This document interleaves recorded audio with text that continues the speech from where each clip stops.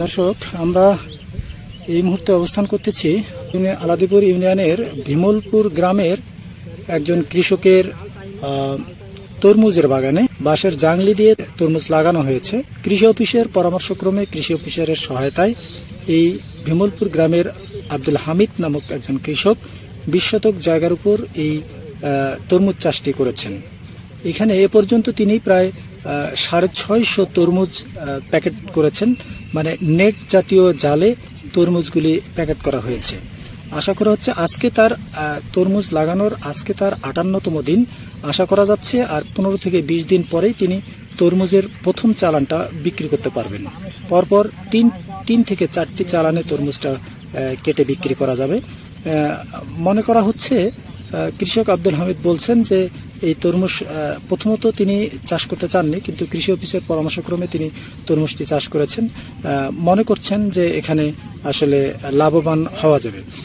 এর আগে আমরা জানতাম যে তরমুজ মাটিতে চাষ করা হয়, কিন্তু এবার দেখলাম জাংলিতে করে, বাঁশের জাংলিতে তরমুজ চাষ করা হচ্ছে। আমাকে বললো কৃষি অফিস থেকে লোক এসে আমাকে বলল যে অফিস থেকে তোমাকে সহায়তা দিবে, তুমি বেগুন বা অন্য কিছু গাড়ার পর 1 সপ্তাহ পর আসি, আবার বলতেছে যে তুমি বেগুনটা না করি, তুমি তোমার জমি উচ্চতা আছে, ভালো আছে, তোমার পানি বর্ষাকালের এই তরমুজটা লাগাও, তাতে লাভজনক আবাদ। আমি ফির নিতে চালাম না। তা এখন কৃষি অফিসার বললো যে কিন্তু অল্প দিনের খুব লাভজনক আবাদ, তুমি করো, তোমার লাভ হবে। তারপরে যেহেতু বললো সহায়তা দিবে, ওখান থেকে সার দিছে, বীজ দিছে, আবার জৈব সার দিছে, রাসায়নিক দিছে। দেওয়ার পর আমি তো লাগার পর দেখতেছি তো ফল তো খুব সুন্দর আসছে। তা এখন অফিস থেকে লোক আসতেছে আর দেখতেছে যে আমার ফলটা খুব ভালো হয়েছে। আরও অন্যান্য জায়গায় দিছে, অন্যান্য জায়গায় দেওয়ার পর ওখানকার চাইতে নাকি আমার এখানকার ফলটা খুব বেশি ভালো। তা যদি লাভ হয় তাহলে আমি আরও করব। আমি তো নতুন, এখন আমি কত করে যাবে এটা তো খুব সঠিকভাবে জানি না, তবে একটু এখন দাম কম আছে। তা আরও কয়েকদিন তো যাবে, দেখি দাম যদি বাড়ে তাহলে তো আমারও লাভ হবে বেশি। এখানে প্যাক করা হয়েছে প্রায় 550 পিস, আর মাটি আছে এখানে 20 শতক। দিনাজপুরের ফুলবাড়ী উপজেলা খাদ্য উদ্বৃত্ত উপজেলা।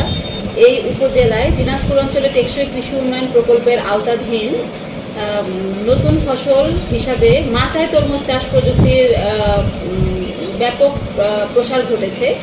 আমরা অত্র প্রকল্পের আওতায় এই উপজেলায় মোট 8 জন কৃষকের মাঝে বিনামূল্যে প্রদর্শনীর বীজ, সার, জৈব সার এবং জৈব বালাইনাশক সহ বিভিন্ন উপকরণ তাদের মাঝে দিয়েছিলাম, এবং কৃষক তাতে আশার আলো দেখতে পাচ্ছে। আমাদের আলাদিপুর ইউনিয়নের বিমলপুর গ্রাম এবং শিবনগর ইউনিয়নের আমরুনিহাট সহ বিভিন্ন জায়গায় কৃষক ভাইয়েরা এটার ব্যাপক সাফল্য দেখতে পাচ্ছে, এবং আমরা মোটামুটি 3টি প্রজাতির তরমুজের বীজ তাদেরকে দিয়েছি, এবং কৃষক এবং স্থানীয় প্রতিনিধি যারা আছেন কৃষক ভাইরা সকলেই সেটা দেখে বেশ ভালো আশাবাদ ব্যক্ত করছেন। সবাই বেশ খুশি, এবং স্থানীয়ভাবে এটা বাজারজাতকরণ খুব ভালোভাবেই হবে, এবং এখনো পর্যন্ত আমরা এটা নিয়ে আশাবাদী যে কৃষক ভাই এটা করে লাভবান হবে। আমরা যে 3টি জাতের তরমুজের বীজ তাদেরকে সরবরাহ করেছি, এটা হলো ইউনাইটেড কোম্পানির ব্ল্যাক বেবি, তৃপ্তি এবং অনুভব। মোটামুটি 3টি জাতের আমরা এটা যেহেতু পরীক্ষামূলকভাবে চাষাবাদ হচ্ছে যে আসলে কোনটার ফলন কেমন হবে, বাজারে কোনটার উপযোগিতা কেমন হবে এবং দাম কোনটার ভালো পাওয়া যাবে, এই জন্যই আমরা মূলত পরীক্ষামূলকভাবে 3টি জাতের সম্প্রসারণ ঘটানোর চেষ্টা করছি। আমরা আশাবাদ ব্যক্ত করছি, এবং অনেকেই, কারণ এই মাচায় তরমুজ চাষ কিন্তু মোটামুটি সারা বছরই করা যায়, এবং আপনারা এটা জেনে থাকবেন আমাদের যে জয়পুরহাট যে আছে ওখানের অনেক কৃষক ভাইরা তারা কিন্তু ব্যবসায়িকভাবে, এবং অনেক উদ্যোক্তা কৃষক রয়েছে তারা কিন্তু এরকম বিঘার পর বিঘা বা একরের পর একর তারা কিন্তু মাচায় তরমুজ চাষ করছেন এবং ব্যাপক লাভবান হচ্ছে। আমরা যতটুকু জেনেছি এবং দেখেছি, মাটির তরমুজের তুলনায় মাচায় যে তরমুজটা হয় এটার মিষ্টতার পরিমাণটা অনেক বেশি, এবং এগুলো প্রত্যেকটা তরমুজ যেহেতু একটু মানে সাইজটা একটু ছোট আকারে আসে এবং অনেক তরমুজ ধরে, একটা গাছেই বা জায়গায় অনেক তরমুজ ধরে।